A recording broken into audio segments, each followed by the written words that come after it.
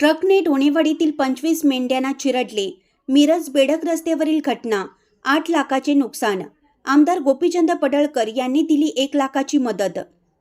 मिरज बेडक मार्गावर शनिवारी झालेल्या भीषण अपघातात 16 चाकी ट्रक मेंढ्यांच्या कळपात घुसल्याने 25 मेंढ्यांचा जागीच मृत्यू झाला, तर 25 मेंढ्या गंभीर जखमी झाल्या.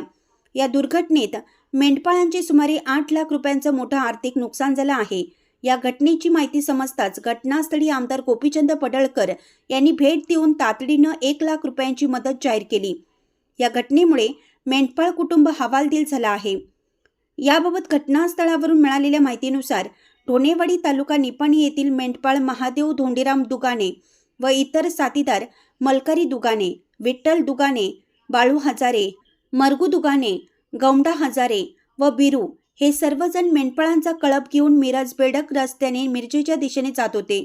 यावेळी आरगकडून येणाऱ्या 16 चाकी ट्रकने MH10 CR 9246 दुसऱ्या वाहनाला ओव्हरटेक करण्याच्या प्रयत्नात वाहनावरील नियंत्रण गमावलं. त्यामुळे ट्रक थेट रस्त्याकडेला असलेल्या मेंढ्यांच्या कळपात घुसला.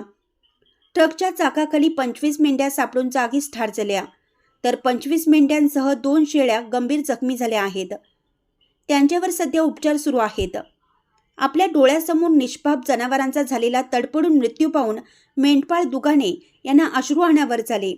घटनेची माहिती मिळताच मिरज ग्रामीण पोलिसांनी घटनास्थळी धाव घेत पंचनामा केला. पोलिसांनी अपघातग्रस्त ट्रक ताब्यात घेतला असून चालकाविरुद्ध गुन्हा दाखल करण्यात आला आहे. या घटनेची माहिती समजताच आमदार गोपीचंद पडळकर यांनी पाहणी करून धनगर बांधवांना धीर दिला. आमदार गोपीचंद पडळकर व माजी मंत्री आमदार सुरेश भाऊ खाडे यांनी 1 लाख रुपयांची आर्थिक मदत मिळवून दिली.